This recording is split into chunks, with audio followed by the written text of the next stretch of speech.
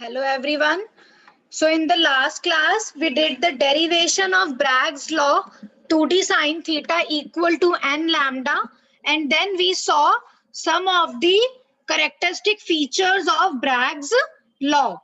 Now what we'll start with today? Today we'll start with the different experimental X-ray diffraction methods. ठीक है, last class में हमने देखा था जो बीम हम यूज करते हैं to study the diffraction of a crystal, वो बीम हम यूज करते हैं एक्सरेज.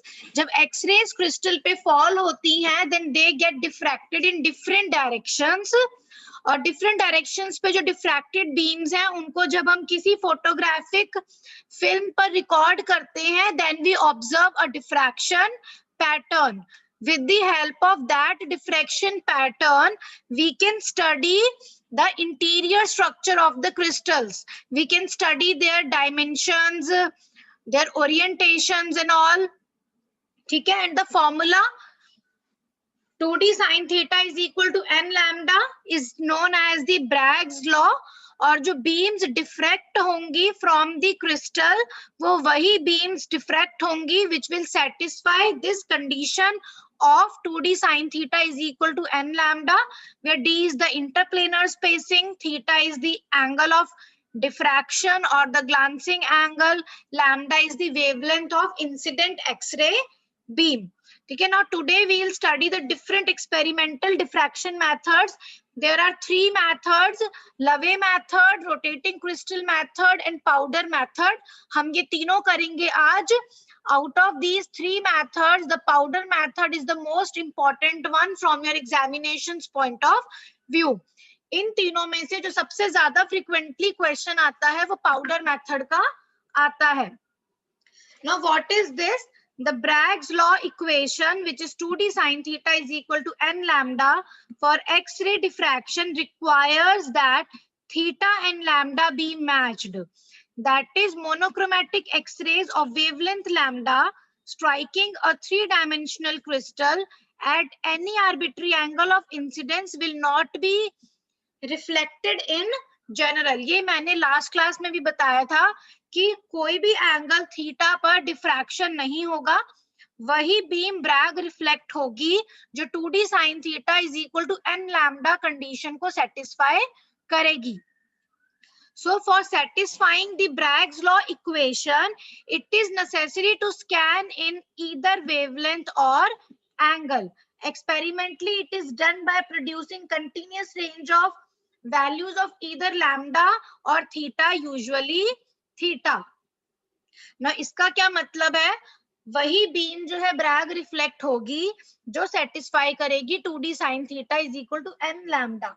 तो हम जो है डिफरेंट लैम्डा वैल्यूज या डिफरेंट थीटा वैल्यूज देंगे और फिर उन पर्टिकुलर्स में से जो ये ब्रैग इक्वेशन को सेटिस्फाई करेगा वो बीम रिफ्लेक्ट हो जाएगी, और जो डिफ्रैक्टेड बीम्स हैं उनको जब हम फिल्म पे रिकॉर्ड कर लेंगे तो हमें डिफ्रैक्शन पैटर्न मिल जाएगा.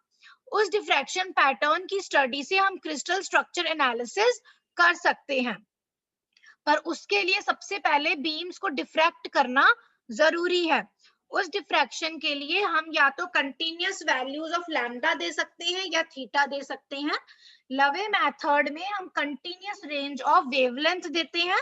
रोटेटिंग क्रिस्टल मेथड में हम थीटा की वैल्यूज को चेंज करते हैं, और डिफरेंट वैल्यूज पर जो 2d sin theta is equal to n lambda condition satisfy करेगी वो बीम जो है ब्रैग रिफ्लेक्ट हो जाएगी. ठीक है. Now the standard methods of X-ray diffraction used in crystal structure analysis are designed to accomplish this, and there are three such methods which are Lave method, rotating crystal method and the powder method. ठीक है. Now we'll study these experiments one by one. फिर ये सारी चीजें और clear होती जाएंगी. Now what is Lave method? Lave method का जो है ये एक्सपेरिमेंटल अरेंजमेंट है. क्या होता है, हमारे पास ये पिन होल कॉलीमेटर है, ये यूज होता है to कॉलीमेट the incident beam.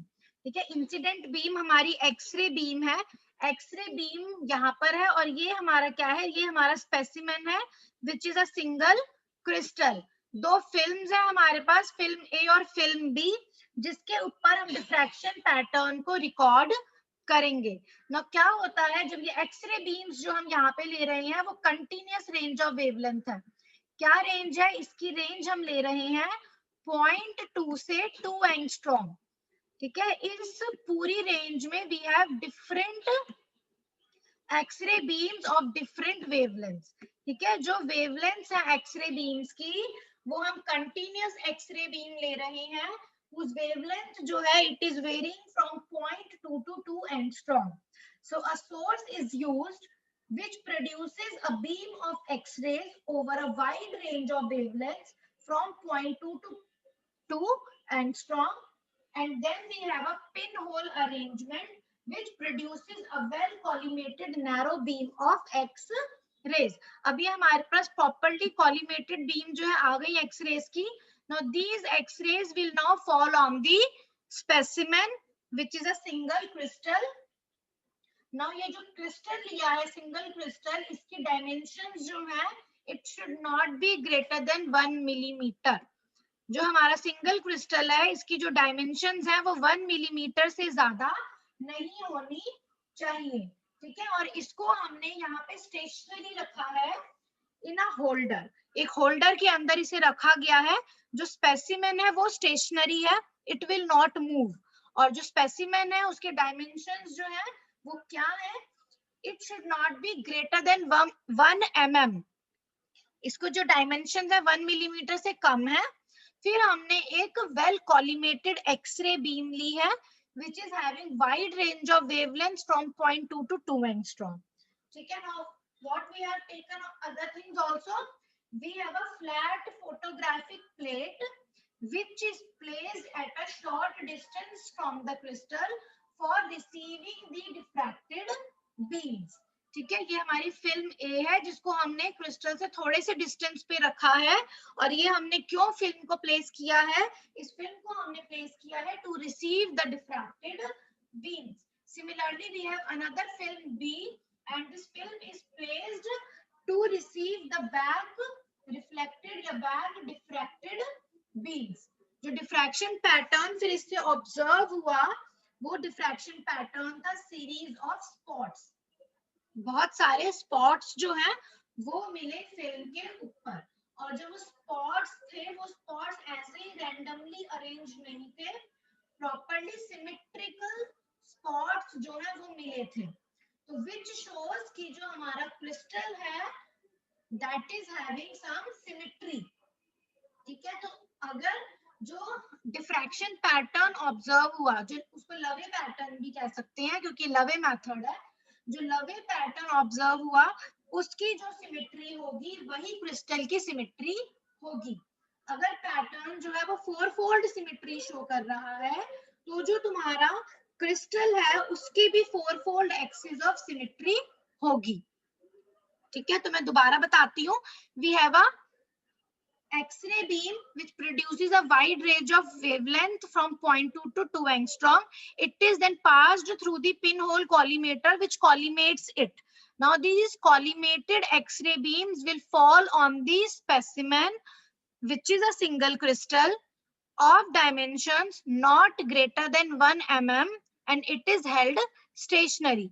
Then we have two photographic films A and B to record the diffracted beams. अब क्या होगा जब एक्सरे बीम्स इस क्रिस्टल पे फॉल करेंगी तो जो ये Bragg condition 2d sin theta is equal to n lambda satisfy करेगा वो बीम जो है डिफ्रैक्ट हो जाएगी इन डिफरेंट डायरेक्शंस. और वो जो बीम डिफ्रैक्ट हुई है डिफरेंट डायरेक्शंस में उसको हम रिकॉर्ड कर सकते हैं फोटोग्राफिक फिल्म पे. और फोटोग्राफिक फिल्म पे क्या ऑब्जर्व हुआ? फोटोग्राफिक फिल्म पे ऑब्जर्व हुआ a diffraction pattern which is consisting of a series of spots. ठीक है, और जो पैटर्न ऑब्जर्व हुआ it will show the symmetry of the crystal. जो पैटर्न की सिमेट्री होगी वही क्रिस्टल की सिमेट्री होगी. अब जो मैंने बोला है इसको एक बार यहाँ देख लो. Now in this method a single crystal is held stationary in an X-ray beam of continuous wavelengths. The crystal selects and diffracts the discrete values of lambda for which planes exist of spacing d and incidence angle theta satisfying the Bragg's law 2d sin theta is equal to n lambda. इसका मतलब क्या है, crystal जो है select करेगा और diffract करेगा उसी पर्टिकुलर वेवलेंथ को जो 2d sin theta is equal to n lambda condition को सेटिस्फाई करेगा। और ये मेथड हम क्यों यूज करते हैं, जब हमें किसी भी क्रिस्टल का ओरिएंटेशन या सिमेट्री पता लगानी है वहां पर हम इस मेथड को यूज करते हैं। जो सोर्स हम ले रहे हैं, it will produce a beam of X-rays over a wide range of wavelength from 0.2 to 2 angstrom. Pinhole arrangement ले रहे हैं which produces a well collimated narrow beam of X-rays.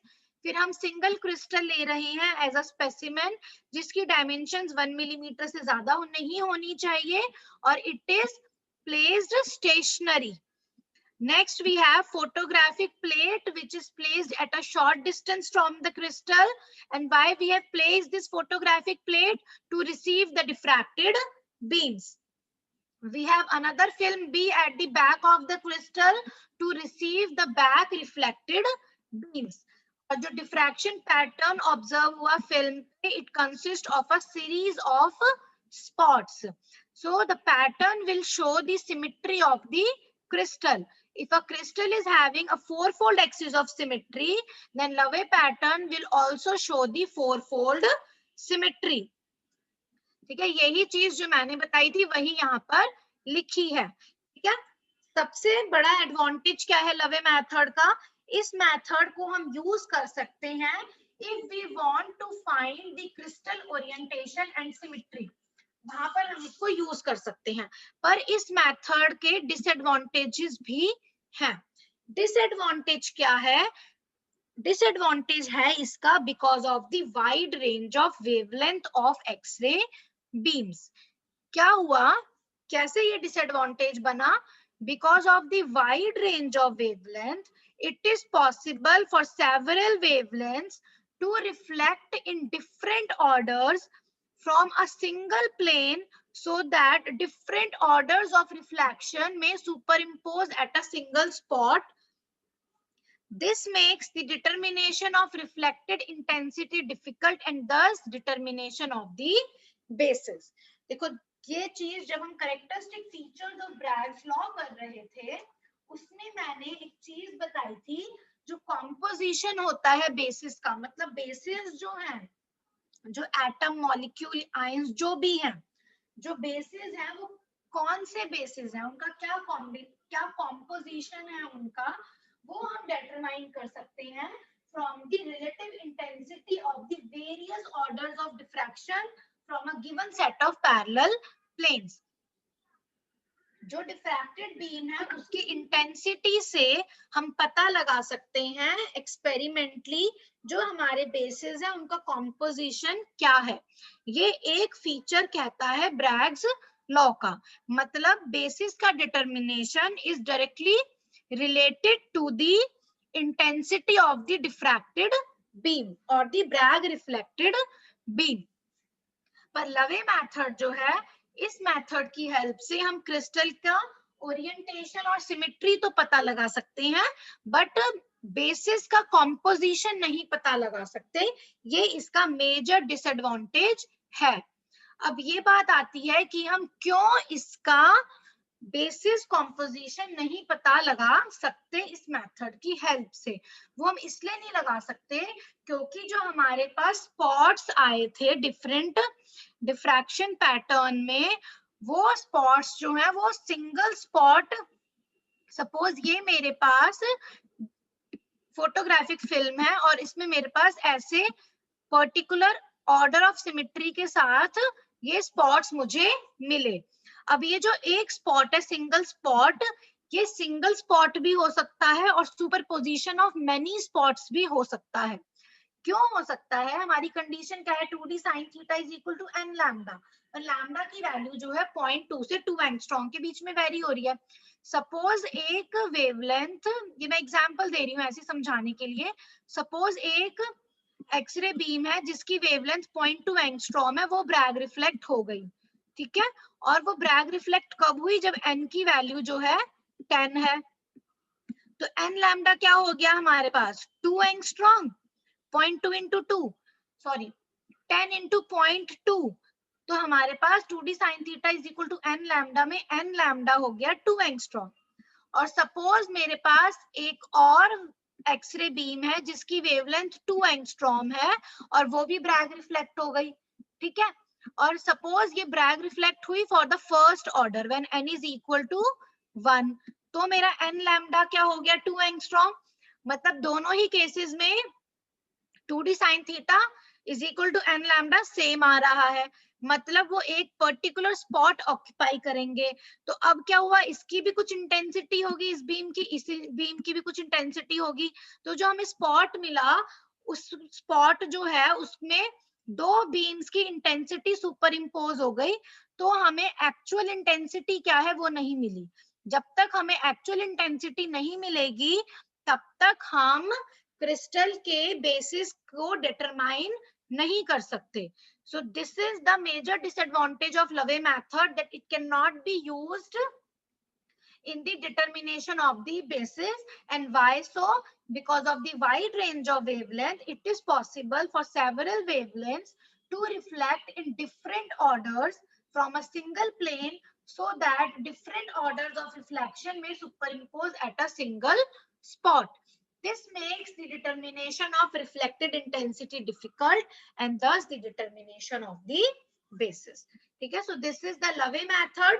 Exam में अगर आता है कि एक्सपेरिमेंटल ये फिगर बनानी है, उसके बाद एक्सप्लेन करोगे एक्सरे बीम की क्या वेवलेंथ होनी चाहिए, ये लाइन जरूर लिखनी है।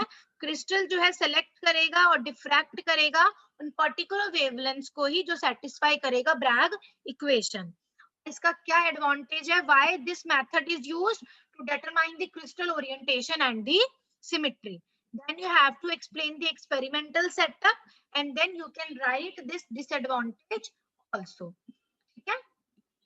Now after this Lave method, we'll start with the second method, which is the rotating crystal method. ये नाम से ही पता चल रहा है लवे मेथड में क्या था, जो हमारी एक्सरे बीम थी उसमें कंटिन्यूअस रेंज ऑफ वेवलेंथ थी 0.2 to 2 एंगस्ट्रॉम। रोटेटिंग क्रिस्टल में जो हमारी एक्सरे बीम है उसको मोनोक्रोमैटिक लेंगे, that means an X ray beam of single wavelength. ये डिफरेंस है दोनों के बीच में। लवे मेथड में कंटिन्यूअस रेंज ऑफ वेवलेंथ थी एक्सरे बीम की, रोटेटिंग क्रिस्टल में मोनोक्रोमैटिक एक्सरे बीम है। मोनोक्रोमैटिक का मतलब है single wavelength. Secondly, Laue method में जो हमारा क्रिस्टल था वो स्टेशनरी था। रोटेटिंग क्रिस्टल मेथड में जो क्रिस्टल है वो रोटेटिंग है, नाम से पता चल रहा है रोटेटिंग क्रिस्टल। क्रिस्टल जो है उसको हम रोटेट करेंगे। रोटेट कैसे करेंगे, उसको हम एक रोटेटिंग शाफ्ट के ऊपर रखेंगे, जिसकी वजह से जो क्रिस्टल है वो हमारा रोटेट करेगा। तो या तो हम लैम्डा की वैल्यूज को चेंज कर सकते हैं या थीटा की वैल्यूज को चेंज कर सकते हैं। फिर उन पर्टिकुलर वैल्यूज पर जब 2d sin theta is equal to n lambda हो जाएगा, वो बीम हमारी ब्रैग रिफ्लेक्ट हो जाएगी और डिफ्रैक्शन पैटर्न जो है हम उसको ऑब्जर्व कर सकते हैं फोटोग्राफिक फिल्म पे। तो लवे मेथड में हमने वेवलेंथ्स की डिफरेंट वैल्यूज दी, रोटेटिंग क्रिस्टल में हम एंगल ऑफ डिफ्रैक्शन थीटा की डिफरेंट वैल्यूज दे रहे हैं। ये इसका एक्सपेरिमेंटल सेटअप है। ये एक रोटेटिंग शाफ्ट है जिसके ऊपर क्रिस्टल को रखा है, विच इज रोटेटिंग। ये हमारा सोर्स ऑफ एक्सरे है, यहाँ से एक्सरे बीम निकली which is monochromatic X ray beam, और ये कॉलीमेटिंग सिस्टम है which collimates the X ray beam. अब ये कॉलीमेटेड एक्सरे बीम जो है इस रोटेटिंग क्रिस्टल पे फॉल करेगी, और जब 2d sin theta is equal to n lambda condition satisfy हो जाएगी तो वो बीम जो है वो ब्रैग रिफ्लेक्ट हो जाएगी। ये फोटोग्राफिक फिल्म है, ये दोनों जिसको हमने सिलेंड्रिकल फॉर्म में जो है इस पर लगाया है, ठीक है। और फोटोग्राफिक फिल्म पे जो डिफ्रैक्टेड स्पॉट्स हैं वो ऑब्जर्व होंगे और वहां से हमें डिफ्रैक्शन पैटर्न मिलेगा। उस डिफ्रैक्शन पैटर्न की हेल्प से जो है हम क्रिस्टल को स्टडी कर सकते हैं। यहाँ पे देखो, in this method a single crystal is rotated about a fixed axis in a beam of monochromatic X rays. Single crystal जो है वो रोटेटिंग है, और जो बीम है हमारी वो मोनोक्रोमेटिक एक्सरेज है। The variation in the angle theta brings different atomic planes into position for reflection. Crystal जो है वो रोटेट होता रहेगा, तो जो इंसिडेंट बीम है उसको डिफरेंट एटॉमिक प्लेन्स मिलेंगे रिफ्लेक्शन के लिए। जो डिफ्रैक्टेड बीम्स हैं वो रिकॉर्ड होंगी on the photographic plate or on a film mounted in a cylindrical holder which is concentric with the rotating shaft या rotating spindle crystal mount. जो rotating crystal है उसके कंसेंट्रिक जो है सिलेंड्रिकल होल्डर है जिसके ऊपर जो है फोटोग्राफिक फिल्म को लगाया गया है, ठीक है, और वहां से जो है हम डिफ्रैक्शन पैटर्न जो है उसको ऑब्जर्व कर सकते हैं। इंसिडेंट एक्सरे बीम जो है उसको मोनोक्रोमेटिक रखा है। The beam is diffracted from a given crystal plane when during rotation the value of theta satisfies the Bragg's equation. ये लाइन जो है हर एक एक्सपेरिमेंटल मेथड में लिखना जरूरी है कि वही बीम डिफ्रैक्ट होगी जो सेटिस्फाई करेगी ब्रैग इक्वेशन को, ठीक है। मोनोक्रोमेटिक एक्सरेज क्रिस्टल पे फॉल कर रही हैं, क्रिस्टल कंटिन्यूअसली रोटेटिंग है, तो डिफरेंट इंसिडेंट बीम्स जो है डिफरेंट एटॉमिक प्लेन्स पे फॉल करेंगी, और उस पर्टिकुलर थीटा वैल्यू के लिए जब ब्रैग इक्वेशन सेटिस्फाई हो जाएगी वो पर्टिकुलर बीम जो है ब्रैग रिफ्लेक्ट हो जाएगी, और डिफ्रैक्शन पैटर्न जो है वो हमें ऑब्जर्व होगा। और डिफ्रैक्शन पैटर्न किस तरीके का होगा, यहाँ पे देखो, यहाँ पे बिकॉज नहीं आएगा, ये इन्होंने यहाँ गलत लिख रखा है, ये दूसरी बुक में से कॉपीड है। यहाँ पे आएगा द डिफ्रैक्टेड बीम्स, ठीक है, ये एक बुक में से कॉपी कर रखा है, और ये द डिफ्रैक्टेड बीम्स आएगा, बिकॉज नहीं आएगा। द डिफ्रैक्टेड बीम्स क्या कह रहा है, this line is important. The diffracted beams from all planes parallel to the vertical rotation axis will lie in the horizontal planes. Planes with other orientations will reflect in layers above and below the horizontal plane. इस line का क्या मतलब है, वो beams जो diffract हो रही हैं उन प्लेन्स में से जो पैरेलल है वर्टिकल रोटेशन एक्सिस के, ये वर्टिकल है, जो वर्टिकल रोटेशन एक्सिस के पैरेलल है प्लेन्स, वहां से जो बीम रिफ्रैक्ट हो रही है वो हॉरिजॉन्टल प्लेन पे लाई करेंगी, और जो बीम्स डिफ्रैक्ट हो रही हैं from the planes which are having other orientations वो रिफ्लेक्ट होंगी above and below the horizontal plane. इसकी ना एक फिगर मैंने यहाँ पे तुम लोगों के लिए रख रखी है दिखाने के लिए। देखो इस टाइप का फोटोग्राफिक फिल्म पर रिकॉर्ड होता है डिफ्रैक्शन पैटर्न। ये जो यहाँ पर दिखा रखा है ये एक हॉरिजॉन्टल प्लेन है, वो सारी बीम्स जो डिफ्रैक्ट हो रही हैं ऐसे प्लेन्स से जो पैरेलल है वर्टिकल रोटेशन एक्सिस के, वो जो डिफ्रैक्टेड बीम्स है वो लाई करेंगी इन हॉरिजॉन्टल प्लेन्स पे, ठीक है, इस तरीके से। और बाकी प्लेन्स जो डिफरेंट ओरिएंटेशंस पे हैं उनसे जब बीम डिफ्रैक्ट होगी तो वो लाई करेगी above and below the horizontal planes. तो इस तरीके का डिफ्रैक्शन पैटर्न जो है वो ऑब्जर्व होता है। ये एग्जाम में बनाने की जरूरत नहीं है, ये सिर्फ मैंने तुम्हें उस लाइन का मीनिंग समझाने के लिए दिखाया है, ठीक है। तो इस टाइप का डिफ्रैक्शन पैटर्न जो है वो ऑब्जर्व होता है। So in this method, not every plane can reflect. Example, a plane which always contains the incident beam during the whole rotation cannot reflect, nor could one whose spacing is so small that lambda is greater than 2d. इसका मतलब क्या है, सिर्फ वही beams जो है reflect होंगी जो सेटिस्फाई करेंगी इस कंडीशन को, lambda is less than equal to 2d। ये ब्रैग्स कंडीशन है जो हमने लास्ट क्लास में डिराइव करी थी from the Bragg's law. 2d sin theta is equal to n lambda से हमने कंडीशन डिराइव करी थी, lambda is less than equal to 2d। मतलब वही प्लेन्स जो है बीम को डिफ्रैक्ट करेंगे अगर लैम्डा जो है less than equal to 2d है। अगर लैम्डा ग्रेटर देन 2d है तो बीम जो है वो रिफ्लेक्ट नहीं होगी, ठीक है।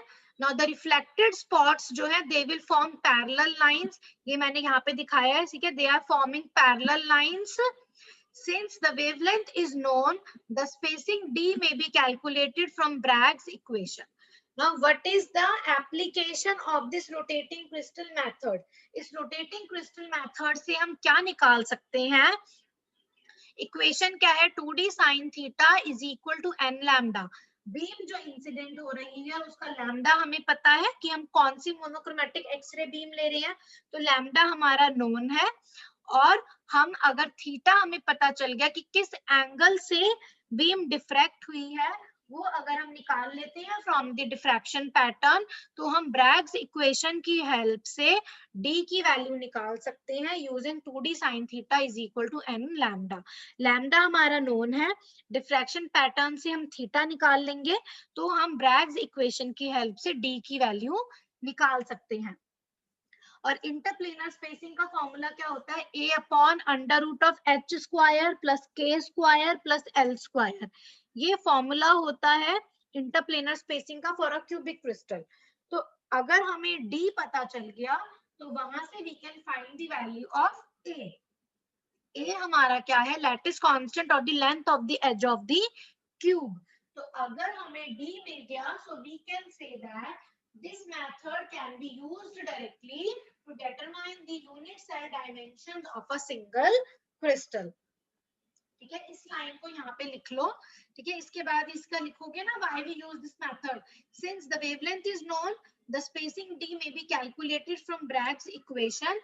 इसके बाद एक लाइन लिख लो, thus rotating crystal method can be used directly to determine the unit cell dimensions of a single crystal. ठीक है, इसके बाद लाइन लिखना, thus rotating crystal method can be used directly to determine the unit cell dimensions of a single crystal. So this is all about rotating crystal method.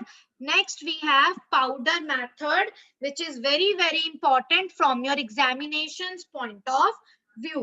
अब देखो यहाँ पर भी नाम से पता चल रहा है पाउडर मेथड. पाउडर का मतलब क्या है? यहाँ पर अब क्या डिफरेंस है? यहाँ पर हम मोनोक्रोमेटिक एक्सरे बीम ही ले रहे हैं.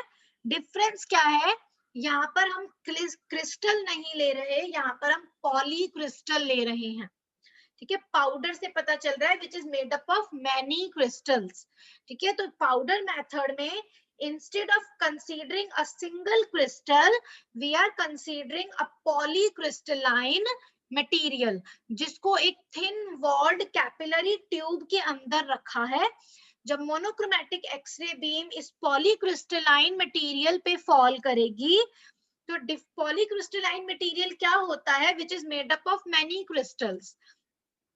उन क्रिस्टल्स को हम ग्रेन्स कहते हैं, और वो क्रिस्टल्स जो हैं जिस बाउंड्री से सेपरेटेड है उनको हम ग्रेन बाउंड्रीज कहते हैं.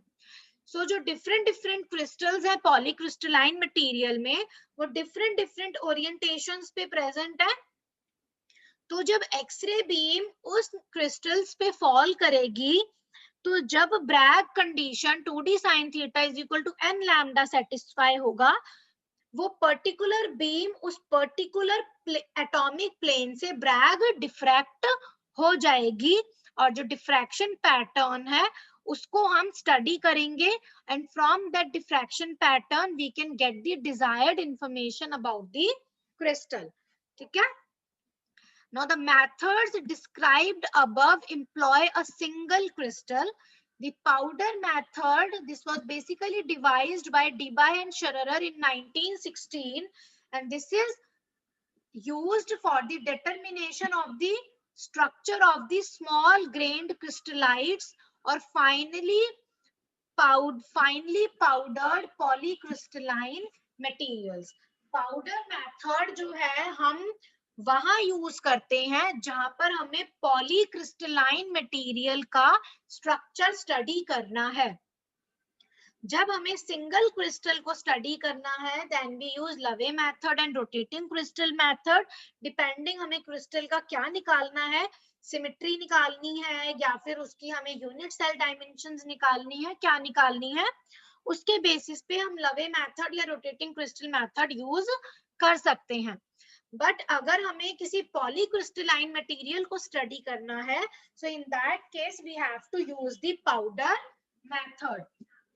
ठीक है, so what happens in this method? In this method, a narrow beam of monochromatic radiation, which is X-rays here, strikes a finely powdered specimen or a fine-grained polycrystalline specimen, which is contained in a thin-walled capillary tube. और इस capillary tube को रखा है on a movable mount at the centre of cylindrical camera. ठीक है, now the distribution of crystallite orientations will be nearly continuous, बहुत सारे crystals present है। ठीक है, हर एक crystal जो है different orientations पे present है। तो जब एक्सरे बीम जो है monochromatic X ray beam in finely powdered specimen पे फॉल करेगी, तो depending upon the Bragg equation जो बीम ब्रैग डिफ्रैक्ट होगी उसको जो है हम कंसीडर करके डिफ्रैक्शन पैटर्न को स्टडी कर सकते हैं। ठीक है, और जो हमारा पाउडर है उसको हमने रखा है थिन वॉल्ड कैपिलरी ट्यूब के अंदर, which is held on a movable mount at the centre of a cylindrical camera. Now, this method is convenient precisely because single crystals are not required.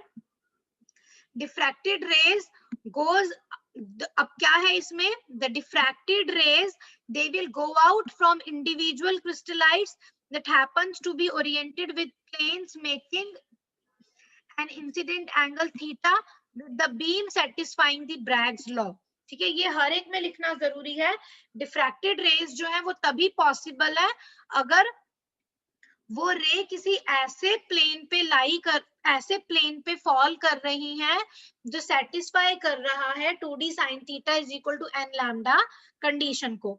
मतलब एक तो जो बीम है उसकी wavelength क्या है, एक वो किस एंगल पे फॉल कर रही है, एक वो किस एटॉमिक प्लेन पे फॉल कर रही है। मतलब लैम्डा क्या है, थीटा क्या है और डी क्या है, उसके बेसिस पे वो बीम डिफ्रैक्ट होगी अगर Bragg's law 2d sin theta is equal to n lambda satisfy होता है। ठीक है, अब बीम डिफ्रैक्ट हो गई, अब इस तरीके का डिफ्रैक्शन पैटर्न मिलेगा, ये इसका अरेंजमेंट है। ये स्पेसिमेन प्रेजेंट है एट द सेंटर, ये मोनोक्रोमेटिक एक्सरे बीम है, यहाँ से ये इंसिडेंट हुई और यहाँ से ये बाहर निकल गई। ये हमारे पास सिलेंड्रिकल कैमरा है। ठीक है, सिलेंड्रिकल स्ट्रक्चर है जिसके ऊपर हमने फोटोग्राफिक फिल्म को लगा रखा है। Now बीम डिफ्रैक्ट होने के बाद it will leave the specimen, और ये किस तरीके का डिफ्रैक्शन पैटर्न बनाएगी फोटोग्राफिक फिल्म पे, ये जनरेट करेगा कंसेंट्रिक कोन्स। ठीक है, और एक्सपेरिमेंटली देखा गया था ये जो कंसेंट्रिक कोन्स थे ये हाफ ओपनिंग एंगल 2 थीटा बनाएंगे with the direction of original beam, where theta is the Bragg angle और द एंगल ऑफ डिफ्रैक्शन और द ग्लांसिंग एंगल। इसका मतलब क्या है, ये जो एक कोन है this is the diffracted beam. ठीक है, जो डिफ्रैक्शन होगा वो एक सीरीज ऑफ कंसेंट्रिक कोन्स के फॉर्म में होगा। इस पूरे कोन का जो एंगल है वो 4 थीटा होगा और इंसिडेंट बीम की डायरेक्शन और इस कोन के बीच में जो हाफ ओपनिंग एंगल है वो 2 थीटा है और जो कंप्लीट एंगल है वो 4 थीटा है। ये इसका मतलब है कि ये इसका एक्सपेरिमेंटल सेटअप है।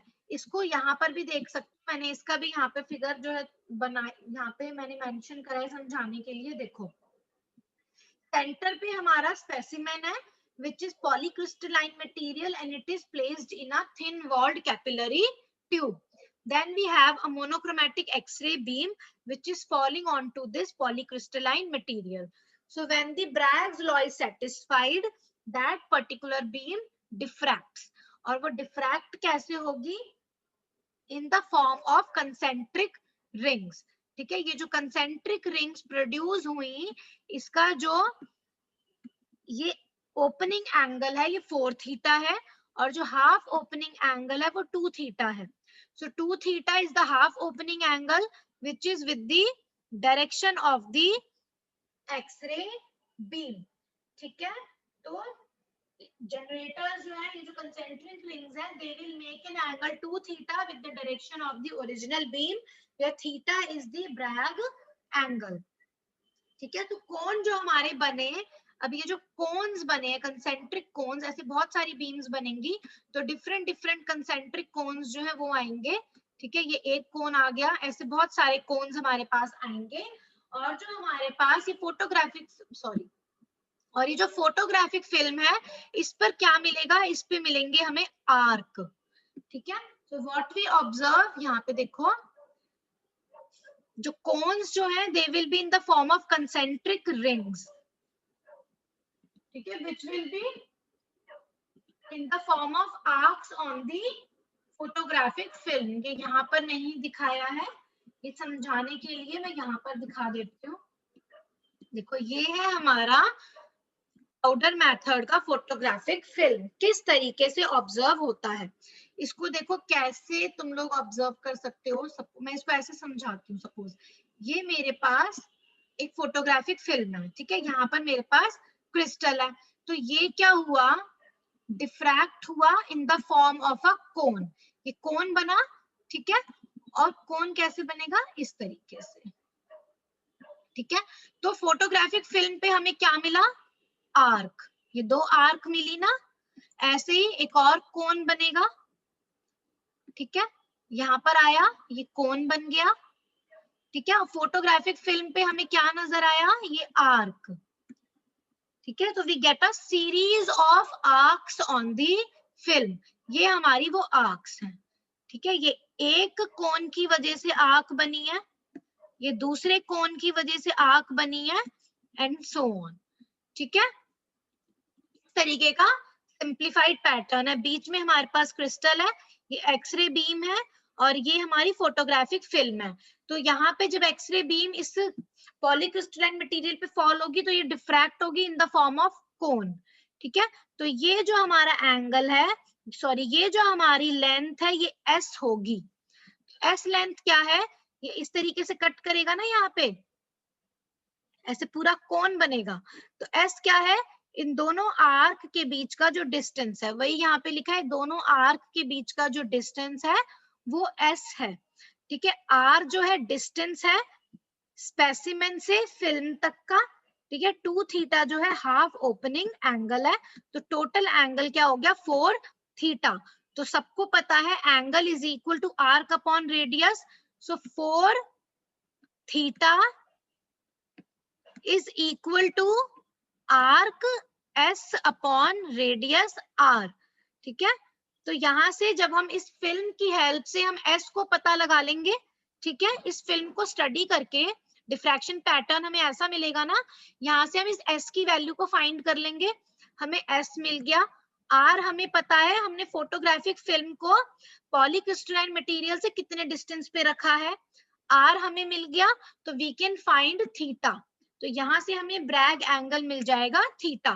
ठीक है, देखो यहाँ लिखा है 4 theta is the full opening angle, so s is equal to 4 theta r is the specimen to film distance.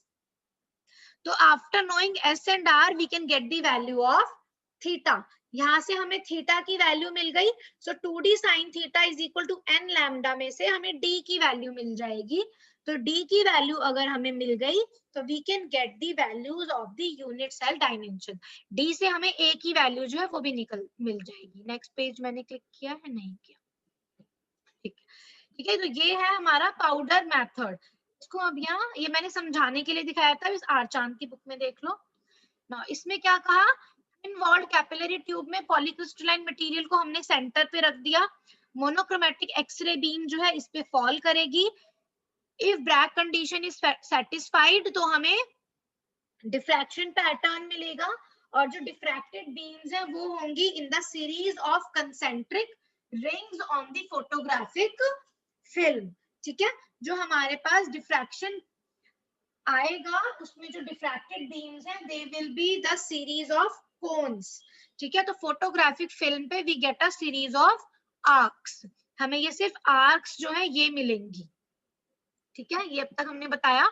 Next, an interesting feature which is shown best by the powder photograph is that the resolving power becomes very high when the reflected ray is thrown back through the angle 2 theta which is nearly 180 degree।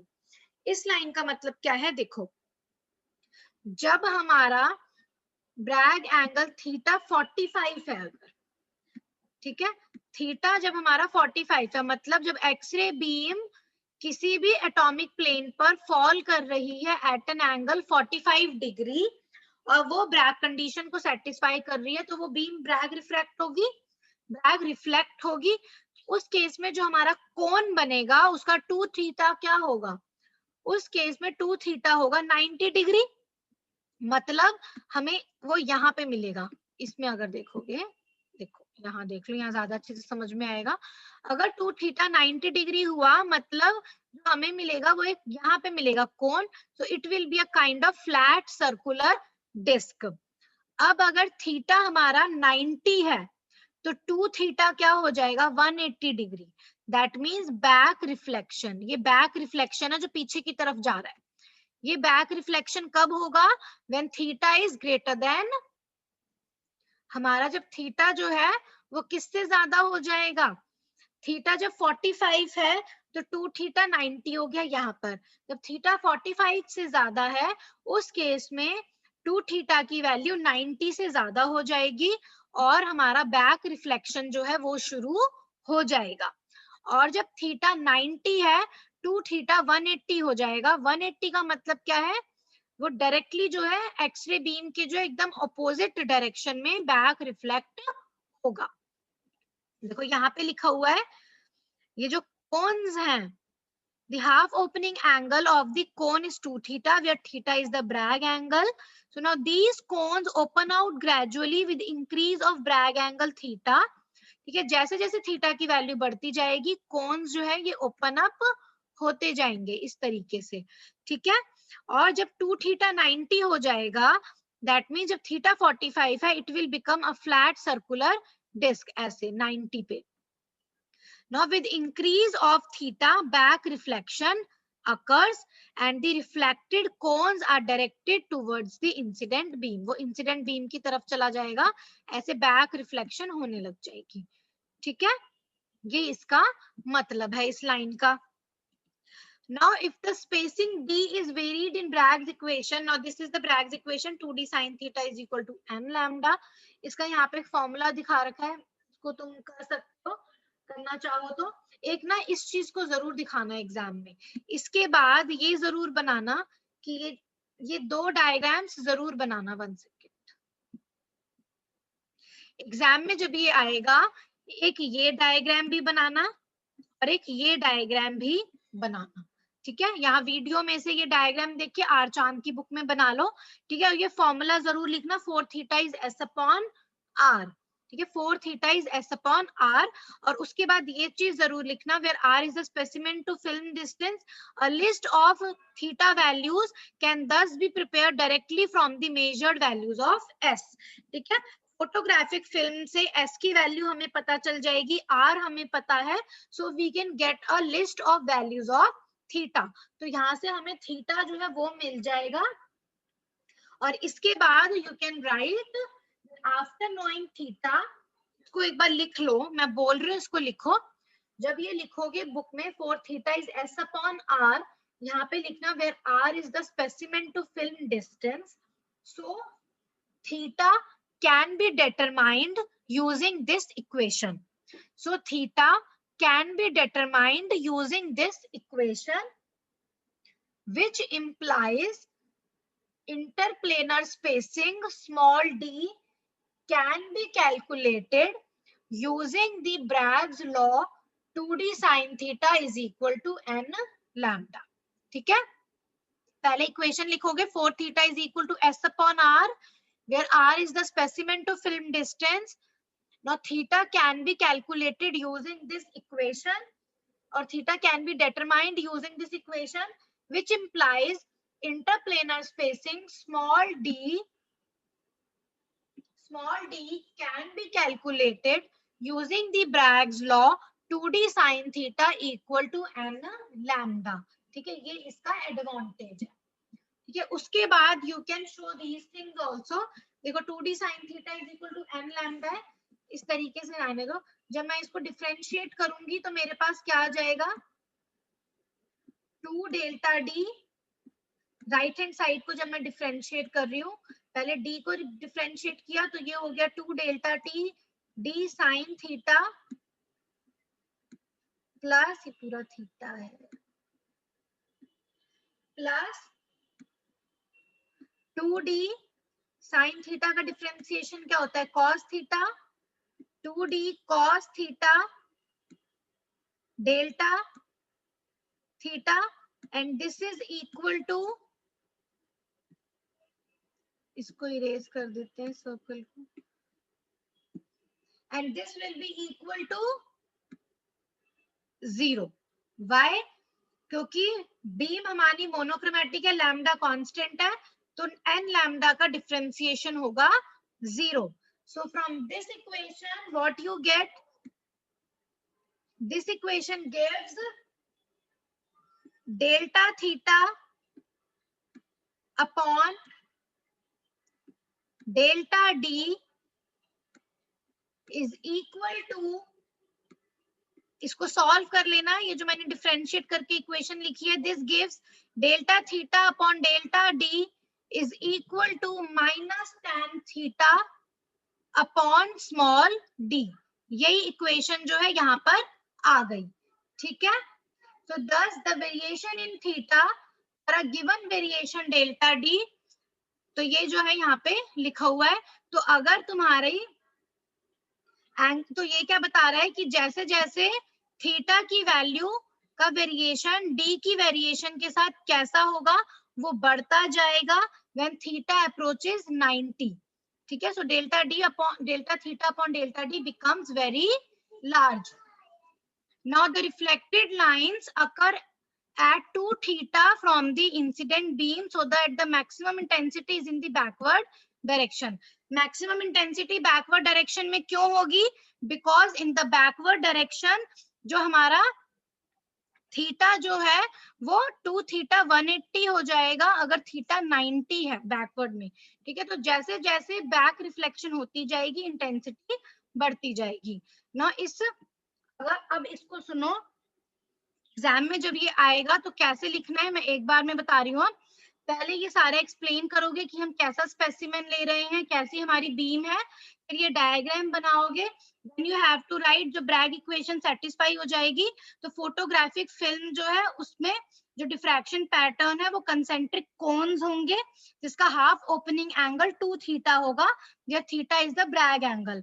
तो हमें diffraction pattern किस तरीके का observe होगा, diffraction pattern जो हमें observe होगा वो हमें होगा सीरीज ऑफ आर्क्स. ठीक है, फिर ये दोनों फिगर जो है इसको बनाओगे, इसको भी बनाओगे और इसको भी बनाओगे. 4 theta is equal to S upon R भी लिखोगे और यहाँ से बताओगे हम थीटा निकाल सकते हैं.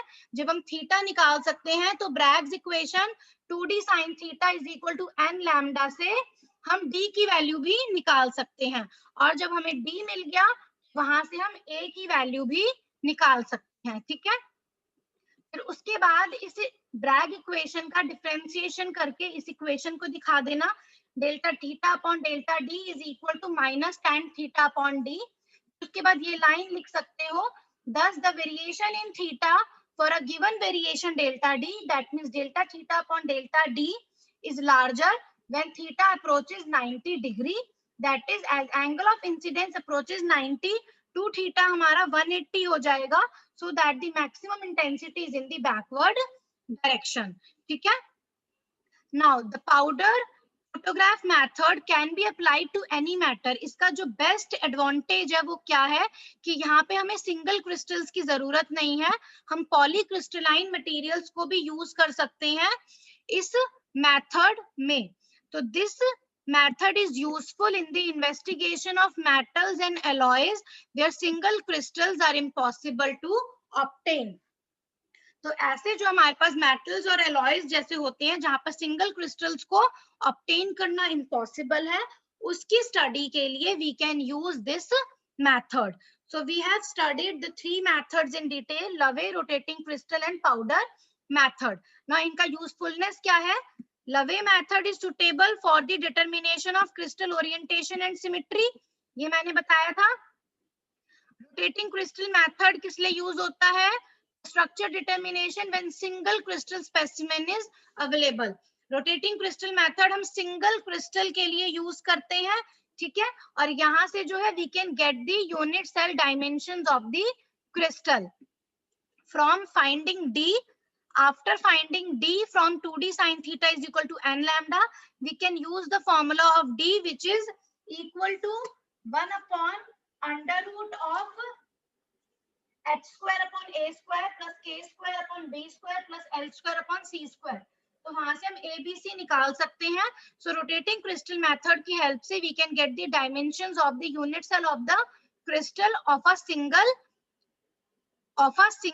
crystal. ठीक है. So from rotating crystal method we can find the dimensions of the unit cell of a single crystal. ये इसका usefulness है.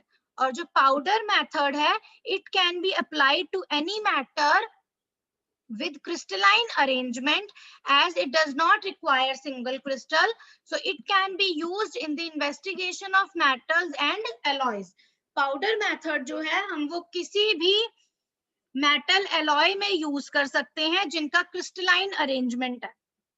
पाउडर मेथड में हमें सिंगल क्रिस्टल की जरूरत नहीं है. तो अगर हमारे पास कोई ऐसा मैटर है जिसका क्रिस्टलाइन अरेंजमेंट है और हमें जब वो मैटर स्टडी करना है तो उसको हम इजीली स्टडी कर सकते हैं यूजिंग पाउडर मेथड. ठीक है. तो यहाँ पर हमारे ये तीन मेथड्स कंप्लीट हुए, जिसमें जो पाउडर मेथड है this is the most important one. Now from the next class onwards we will start with the determination of crystal structure using Bragg's law.